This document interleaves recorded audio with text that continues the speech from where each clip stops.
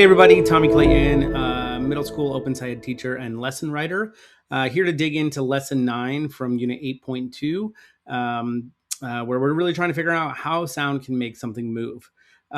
This is a great one-day lesson. This is where it starts to get really abstract. I made a lot of mistakes the first time I taught this lesson. I really went too far with the kids and didn't realize that a lot of the things I was trying to get them to do actually is going to happen in the next lesson. So I'm going to show you some things to really steer clear of, and hopefully you don't kind of make those same mistakes that I did. It ended up costing me a lot of time the first couple times. So we're going to take a look at how we got here. We'll take a look at this lesson at a glance, some key moments, and then we'll give you some tips and tricks for this particular lesson. So let's remind ourselves how we got here. So in lesson 8, we had this really big discovery. Sound needs a medium to travel, right? We saw a video of a phone in a vacuum chamber and we couldn't hear the sound once we removed all of the air.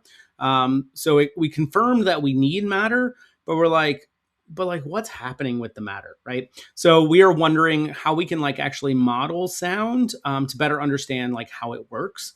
And particularly we're interested in what's happening when it goes through the medium, which is a cool word for solid, liquid, or a gas. So let's take a look at this lesson at a glance. This is an investigation lesson. It is a one-day lesson. Not a lot of prep for you. It'll take you about 5 minutes to kind of set up things. There is no hands-on investigation. Students do not need devices in this lesson, and there are no additional related videos for this lesson. All right, so looks like there's a lot of parts to this lesson. Let's see how it sort of breaks down.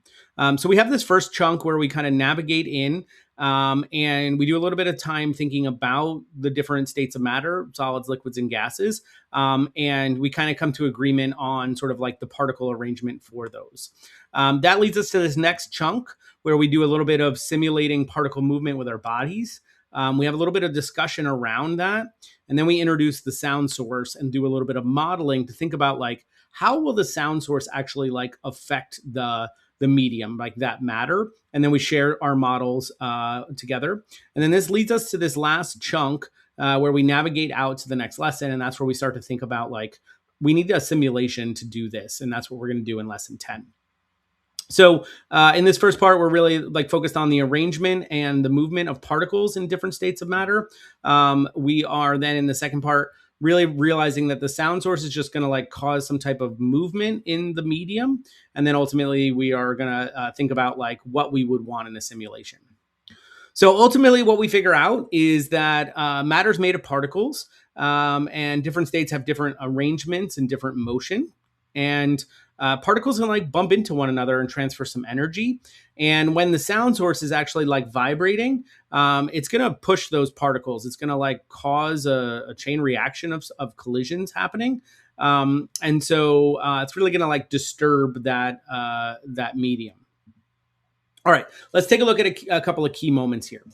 So in part 4, right? So those first couple of parts, all we're really doing as a class is agreeing on what are the particles in a solid, a liquid, a gas look like.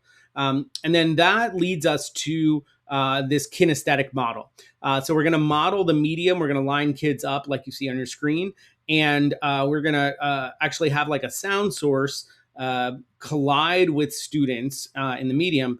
And what we're going to visualize is this chain reaction of collisions, right? One student is bumped, and then they bump the next one, they bump the next one, they bump the next one, they bump the next one, so on and so forth.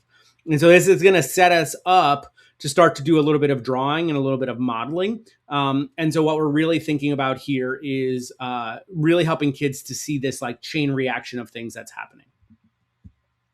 So we do a little bit of translating to the model. In part 5, we kind of orient ourselves to this sheet that we're working on. And then in part 6, we actually do some drawing. And so we're going to do some drawing of the particles around the sound source.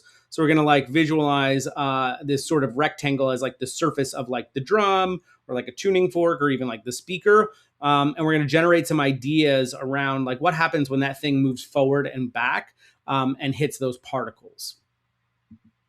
Okay, so let's give you some tips and tricks here so that you don't repeat some of the things that I ended up doing. In this first part, in part 4, You're going to use kind of like a large piece of cardboard, like the back of like your big chart paper thing. And you're going to push that forward into a student gently. You're going to have the students line up side to side, just like in the picture. And you really just want to like focus on them bumping into one another. You don't need to push super hard. You want to encourage the kids not to be overly dramatic with that. Like we're not having them add energy to it, so they can't all of a sudden just go like flying and hit somebody else. And you want to focus on what happens when you pull the sound source back. Ask kids to think about like, would there be this like actual empty space, or would like particles sort of fill in that space? Okay, that's going to translate over to when we do some of that drawing. Okay, now here's where I kind of went really wrong when I did this. When I had the kids draw this, they were drawing all sorts of particles.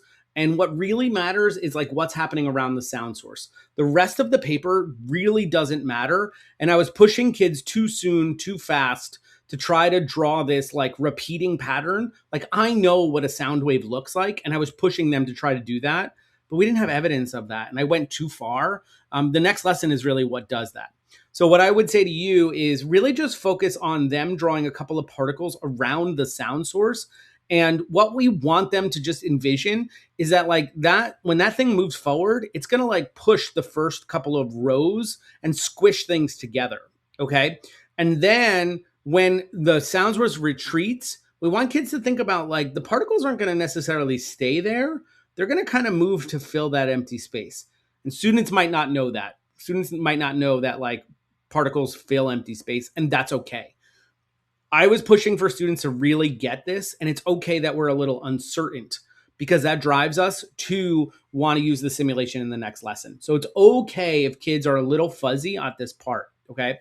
Now, a couple of tricks. If you number the particles, you have students like actually number them and they're like circles, it helps them keep track of like where a particle would go.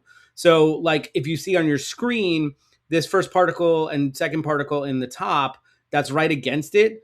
If that thing moves forward, if I keep track of that particle, I would be like, oh, that particle is actually going to get pushed forward. Okay. So you could use a ruler to help kids like line up things. But again, all we really need kids to see is that when that thing moves forward, it's going to disturb the medium. It's going to hit things. It's going to collide with things. That's it. We don't need to get into like, well, where exactly are things going to go? What's the repeating pattern? Okay. If you do that, you'll run into the problem I did where this lesson turned into like a 3-day lesson. And then in the next lesson, I realized, oh my gosh, I went too far. Okay. So no new words. It's great. We're just reinforcing the use of the word medium. And the only new poster we're going to create is we're going to agree on states of matter. You do not need that for any other lessons. So again, you could do this on like a whiteboard or, chart paper is great if you have it. Okay. So that's going to do it for lesson 9. Hope you found those tips and tricks useful. And like I said, this is meant to be a 1-day lesson. We're just getting the idea out there.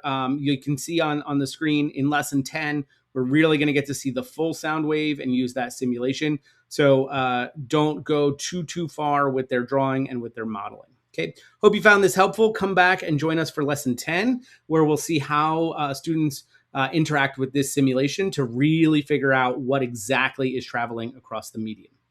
Thanks everybody for coming by.